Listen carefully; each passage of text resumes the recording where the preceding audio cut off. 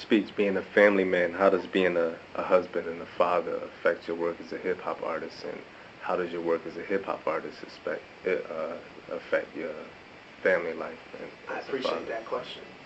I really do. I think that one of the things that I love about this whole band, and this, for me personally as a leader, I strive to surround myself with people that where it reflects where I'm trying to go, and it doesn't hamper it. And so everybody in the band, you'll notice even here today, my wife is here somewhere, I think, and then our kids are going to be around. When we record, like somebody was asking about the food, and I said, when we record this album, or any album we've done, it's the same atmosphere as it basically is now, where a family's around, we got food going, and we record in between all of that. I think that, you know, as a hip-hop artist, it's an interesting dynamic because family is rarely lifted up in the game of hip-hop. It's very rare that an artist will talk about his or her family, especially the dudes, because it's sort of something they want to play down. They may have a family, a wife especially, but they'll play that aspect down and more so play like the persona that they have out there. And for me, I've always prided myself on striving to put it real out there for a number of reasons. Like the fact that I have a wife, the fact that I'm a father, I think that more people need to see that example in hip-hop. Hip-hop is growing up. It's no longer just a young music. It was when it started off. But we've got to stop saying it's a young music. It's now a generationally accepted music, just like rock is. Rock is no longer a young music. Yes, it affects young people, but old people love rock. Rolling Stones is what, 90 years old? You know what I'm saying? But you know, and it's like, but that's going to be hip hop too. I mean, Jay-Z's, I don't know, probably 40 now. I'm 42.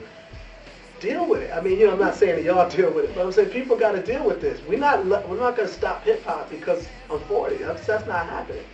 I love the music. So I think that the idea of hip hop artists having wives and children and growing to that next level has to be allowed, number one, and still allowed to be authentic, you know what I'm saying, or real, or whatever you want to call it. And it's got to be lifted up as part of this game because, I feel I've been a big proponent of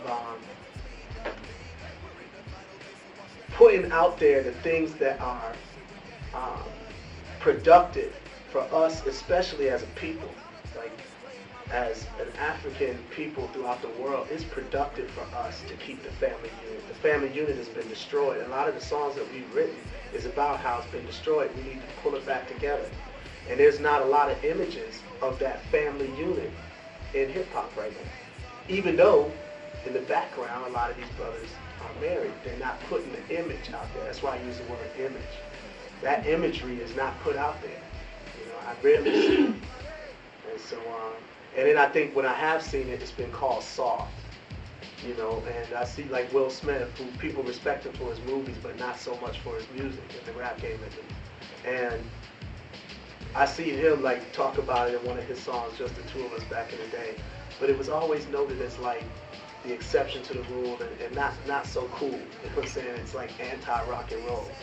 And I feel like that stuff has to be fought at its core because we need family. Family is the nucleus of strength, of nation building. I'm not talking about necessarily Nation of Islam. I'm talking about just nation building, family building, power, moving forward, progression. Those things start with the family. If the family's decimated, which it has been in some cases, it's hard to move forward. So I believe in it. That was a long answer. That was good. It's important. It's important. Speech, I know you talked a lot about imbalance in hip-hop and in the industry. I'm curious how you felt when you first started to recognize that your music and conscious hip-hop as a whole was no longer being embraced by the industry. I address that on this album a lot. Yeah. Okay. There's a song called The Trends. I talk about that, and I talk about how various trends, you know, can come and go. That's nature. I mean, that's life. But especially this album has a lot to do with black issues. Okay, so especially as a black race, I feel like we can't always afford to do the trend thing because we got such negative realities that's facing us. I mean, that a lot of other people don't have. I often hear hip-hop artists will compare, you know, Arnold Schwarzenegger and the violence of Terminator or to hip-hop. Like, well, no one says nothing to Arnold Schwarzenegger. And my thing is, well, Arnold Schwarzenegger is an actor, and he's acting. And after he gets shot or shoots up 20, 30 people in the movie, they go back to their little trailer and they sip coffee. Us, on the other hand, is really shooting and killing going on. Jam Master Jay didn't get back up after his part and brush off and say, okay, back. Biggie didn't do that. Tupac didn't do that. Big L, all these people are dying and they're not coming back. It's not acting. It's two different worlds. And so my thing is that we got to recognize that it's I forgot your question now. The imbalance. Yeah, it's like we got to recognize that it's two different worlds for us. For us, we can't follow the trends. It's like we've got to be able to, or if some of us do, not all of us need to follow the trends. It's like somebody's got to say, well, what's right for us though? What are we striving to accomplish? Where are we striving to go as a people? Because I'm a big believer that we are standing on the shoulders of somebody. We did not get here on our own. The shoulders we stand on, they died with the perception that we would move forward. They didn't die for no reason. I'm talking about slavery all the way to civil rights, to Jim Crow, to all of this stuff that people lived through in order for people that I'm looking at right now to have better opportunities. Well, because we're standing on their shoulders, there's a responsibility to me. And that responsibility can't just be thrown to the wind with any trend that comes about. So, okay, the new trend is we're going to do this. So to answer your question a little bit more, to me, I did see a time when in the early 90s, when we were still out, I remember a tour we did, and it was us, Gangstar, all on the same stage, Tribe Called Quest, Busta, this was in Jersey. Anyway, De La, bunch of acts that we absolutely adore. Wu-Tang closed the house. And I remember the trend at that very point. Arrested Development was like household names. And we started to see the trend change. And everybody was on Wu-Tang. Now, I like Wu-Tang. But my thing was, we ain't got to stop being on this to be on that. Just vibe on Wu-Tang. Wow, it's something fresh. Instead of like dissing the next. And I started to see the dissing. Like we had to switch it up. It's either Wu-Tang or Arrested Development or Biggie or Arrested Development. No, it can be both. And that's why I feel the balance is left. And we've opted, and I say we, meaning popular culture, has opted to take on the newest trend instead of enjoying whatever is new out there, but still keeping what we need as well. So I think the trends addresses that, Bloody addresses that, saying that when we don't address this imbalance, when we don't talk about these issues, there's blood on our hands. We are responsible for it. Mind you, I'm a minister, so in the Bible, it talks a lot about blood.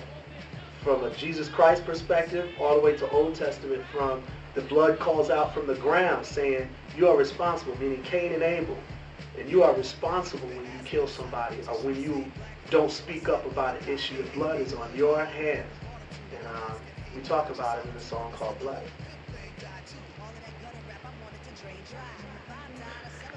I have a question for Ishi. You do? Yes, I do. Okay. Oftentimes, the greatness of humanity is overlooked based on economic status. What would your message be to those that would be considered less fortunate or poor people in this place?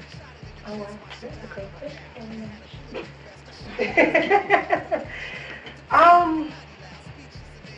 Messaging, I mean, so many things. Like I said, that's very broad. So what do you mean as far as the music or Well, my message? It's been my observation that the group Arrested Development has been a great inspiration to people who would be considered less fortunate. I've seen people change their lives based on the impression that was left on them through the music. And so being a member of the group and being one that has contributed to the consciousness that has been projected